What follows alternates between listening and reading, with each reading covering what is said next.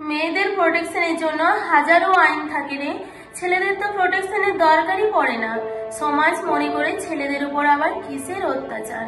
আসলে চামড়ার মতো মনের উপরে কালশিটের মতো দাগগুলোকে বা ফোসকাগুলোকে যদি দেখানো যেত, তাহলে হয়তো 498 এর সঙ্গে 498B বলে কিছু নিশ্চয় থাকতো। দীর্ঘশ্বাস ফেলে বলল প্রতিমদা, আসলে আজ সকালে একটা বিশেষ দরকারে আলিপুর কোর্টে গেছিলাম। গিয়ে দেখি দোতলায় ডিস্ট্রিক্ট জাজের ঘরের সামনে দাঁড়িয়ে প্রতিমদা। আমাকে দেখে বলল ওর উকিল ওকে এখানে ওয়েট করিয়ে রেখে নিচে কাগজপত্র রেডি করতে গেছে। বেলকনির ধারে দাঁড়িয়ে গল্প করতে করতে সদ্য ফোটা কদম ফুলগুলোর দিকে তাকিয়ে প্রতিমদা যেন একটু অন্যমনস্ক হয়ে গেছিল। হঠাৎ বাবুরের শরীরটা কেমন যেন করছে, কোথায় চমকে উঠে ফিরে তাকালাম আমরা দুজনে। দেখলাম ওর মা বেঞ্চে থেকে উঠে এসেছে, মুখ শুকনো, দাঁড়াতে কষ্ট হচ্ছে। ও তাড়াতাড়ি মায়ের হাতটা ধরে সামনের চেয়ারে বসিয়ে দিল। উবু হয়ে বসে জিজ্ঞেস করলো, কি হচ্ছে মা, কি হচ্ছে বলো, একটু জল খাবে?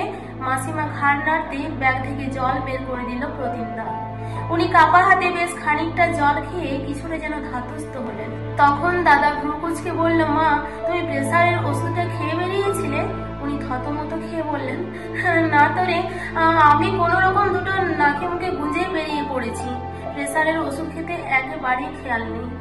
আর খেয়ালেরই কি দোষ, যা চলছে বাড়িতে। প্রতিমদা চিন্তিত স্বরে বলল, তোমার প্রেসার এত হাই কিভাবে মেসিবেটার থেকে ফিরিয়ে এনেছি বলো তো?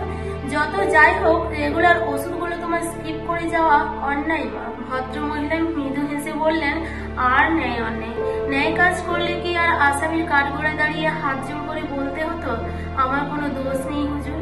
আমি বললাম, এইভাবে বলবেন না মাসিমা, পাড়ার সবাই জানে আপনারা কেমন মানুষ। এখন তো চারিদিকে শুধু ফেকেরই ছড়াছড়ি, fake profile, fake ID, fake evidence, fake মামলার ভিড়ে আসলরা হারিয়ে যাচ্ছে। প্রতিমদা এবার উঠে পাশের চেয়ারে বসে বলল, জানিস বহুল, মায়ের সারাটা জীবন এই কষ্টে কেটে গেল। বাবা মারা গেল আমাদের একদম অসহায় অবস্থা রেখে। বাবার চাকরিটা ভাগ্যিস পেয়েছিল, তাই অফিস সামলেও আমাকে কত কষ্ট করে মানুষ করলো মা। রিটায়ারের পর প্রভিডেন্ট ফান্ডে যে টাকাটা ছিল তা দিয়ে ফ্ল্যাটটা কিনে দিল, আমার বিয়ের যাবতীয় খরচ করলো। এরপর শুধুমাত্র আমার জন্য আজ উঁচু মাথা নিচু করে আসামি কাবেরী সেনকে কাঠগড়ায় দাঁড়িয়ে বলতে হবে আমি নির্দোষ। পারলে আমায় ক্ষমা করো মা, আমি তোমার ভালো ছেলে হতে পারলাম না। আজ থেকে কাবেরী মাসিমা হেসে বললেন, যার 8-এ সুখ হয় না তার 88-তেও সুখ হয় না রে বাবু। আমার কথা বাদ দে, তোর জীবনটা কি হবে বলতো? তারপরে একটু টেনশন স্বরে বললেন, হ্যাঁ রে, জামিন নেওয়ার পর আর ওই গ্রেপ্তারের ভয় নেই তো? আমরা তো কোনো যৌতুক টৌতুক নিয়ে নি রে বাবু। তাহলে কেন বৌমা কেন লিখলো আমরা ওদের থেকে 2.5-3 লক্ষ টাকার জিনিস নিয়েছি? গরিবের মেয়ে বলে আমি নিজে পছন্দ করে এনেছিলাম, গা সাজিয়ে ঘটা করে আমি বিয়ে দিয়েছি। মেয়ের মতো করে রাজ সুখে সে ছিল, আমার রাজপুত্র রাজত্ব সবই তো ওর। কিন্তু এই মেয়ে যে এমন দিন দেখাবে স্বপ্নেও ভাবিনি। হ্যাঁ রে বাবু, মিথ্যে মামলায় আমাদের কি জেল হয়ে যাবে? দেশে কি সত্যের কোনো দাম নেই?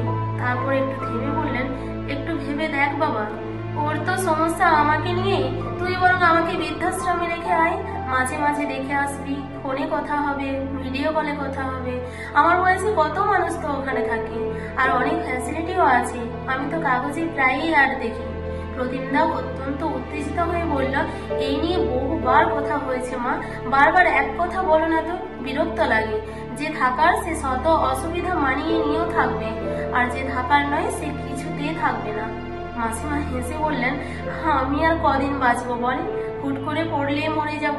শুধু শুধু কেন সংসারটা ভাঙবি বাবা? সারা জীবন এত কষ্ট করলাম, আর এটা তোর সুখের জীবন রে, তুই জেদ করিস না। তোকে এইভাবে দেখতে গিয়ে আমার ভালো লাগে বল? প্রতিমদা আর কাবেরী মাসিমাকে চিনি প্রায় বছর 30-এর বেশি, মানে জন্মের পর থেকে। পাশাপাশি 2 আবাসন, মাঝে একটা সরু কমন গলির রাস্তার ব্যবধান। শুনেছি স্বামী চলে যাওয়ার পর ওই 12 বছরের ছেলে নিয়ে মাসিমা কারোর কাছে হাত পাতেননি, বাপের বাড়ি গলগ্রহ হতে চাননি।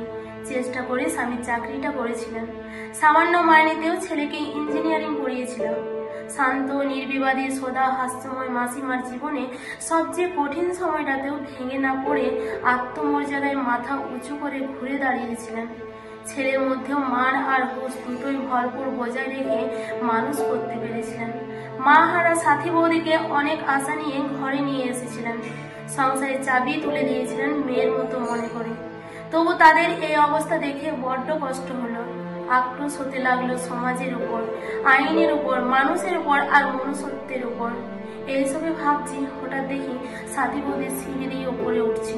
ওকে দেখে আমি বা প্রতিমদা বাধা দেওয়ার আগে কাবেরী মাসিমা ছুটে গিয়ে বৌদির হাত দুটো ধরে বলল, বৌমা, মায়ের মন তো মানে না, তোমার তো মানে আমার মেয়ে মনে করেই তোমাকে ঘরে এনেছি। এইসব হিংসে প্রতিহিংসে শুধু জীবন নষ্ট হয় গো মা, এইভাবে দুটো জীবন নষ্ট করে দিও না। তোমরা মানিয়ে গুছিয়ে চলো, তুমি যা চাও তাই হবে। সাথী বৌদি হিসিস করে বলল, ছেলের সামনে একদম নাটক করবে না তুমি। তুমি ভালো মনে চলে গেলেই তো আজ এইসব কিছুই দেখতে হতো না।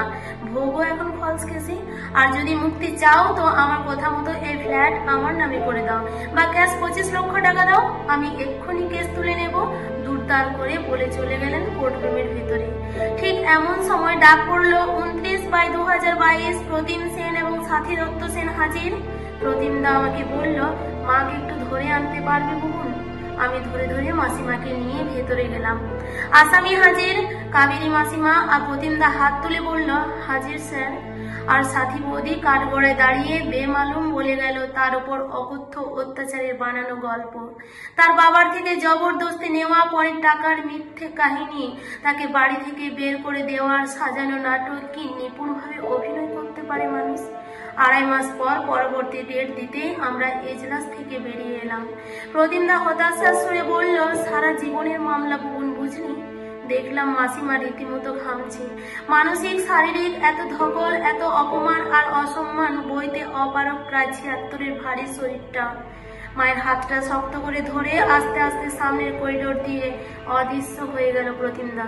আমি হতভম্ব হয়ে বসে পড়লাম চেয়ারে। দোতলার ঘর থেকে দিনের পর দিন আমি দেখেছি সাথী বৌদির শ্বশুর বাড়ির অবাধ স্বাধীনতা, দেখেছি ওর আগে জিনিসপত্র ভাঙচুর করার সন্ধ্যাগুলো, দেখেছি কোথায় কোথায় মাসিমাকে অপমান করার দিনগুলো, দেখেছি সেন পরিবারে নতুন বউ হয়ে এসে ওর অবাধ কর্তৃত্ব। আজ এজলাসে দাঁড়িয়ে বৌদির এই রূপের সঙ্গে এক ফোঁটাও মেলাতে পারছিলাম না। মেয়েরা অত্যাচারিত হয় সত্যি, কিন্তু ঘরের কোণে দেশের আনাচে কানাচে কত কত ছেলে, কত ছেলের নির্দোষ পরিবারের গল্পগুলো মিথ্যে দোষারোপে মাথা হেট করে চলে। চাপে পড়ে নথি স্বীকার করে কত চোখের জলে আদালত চত্বর ভেসে যায়। আর অপরদিকে কত মেয়ে তাই দেখে বিজয়ের হাসি হাসে। তার খবর কেউ রাখে না। কত স্বপ্ন ছারখার হয়ে যায় লক্ষ লক্ষ টাকার খরপোশ দিতে। কত ছেলের বুকের রক্ত শুকিয়ে যায় হাজার হাজার টাকা মাসোয়ারা দিতে দিতে। কত ছেলের পরিবার মৃতপ্রায় হয়ে বেঁচে থাকে আমি নির্দোষ হুজুর বলতে বলতে। তার সমীক্ষা সামনে আসে না। 498A হয়, 498B হয় না। মেয়েদের জন্য আইন হয়, ছেলেদের আইন হয় না। বধূ নির্যাতন হয়, বর নির্যাতন হয় না। আসলে ছেলেদের তো কাঁদতে নেই, অভিযোগ জানাতে নেই। ছেলেরা অত্যাচারিত হয় না, কারণ শারীরিক অত্যাচারের সামনে আসে, মানসিক অত্যাচারের সংজ্ঞা হয় না। তাই ছেলেরা শুধু মুখ বুজে পড়তে জানে, নিজে ছাই হয়ে অন্যকে আলো দিতে জানে। ছেলেরা অপবাদ মাথা পেতে নিতে জানে। ছেলেরা চোখের জল চোখে জমিয়ে রেখে দিতে জানে। মনে মনে বললাম, দামি পারফিউম মেখে মনের দুর্গন্ধ তাড়ানো যায় না। দামি সানগ্লাস পরে লোভী মনটাকে বদলানো যায় না। ব্র্যান্ডেড জামা কাপড় পরে একটা ব্র্যান্ডেড সম্পর্ক তৈরি করা যায় না। তাই নিজের সততা, ধৈর্য আর নিজের উপর বিশ্বাস রেখো প্রতিমদা। গলা তুলে অন্যজনকে ঝাঁপিয়ে দিয়ে প্রত্যেকবার এইভাবে বলো, আমি নির্দোষ। কারণ আর যাই হোক, গলা তুলে মিথ্যেটা বলা যায় না।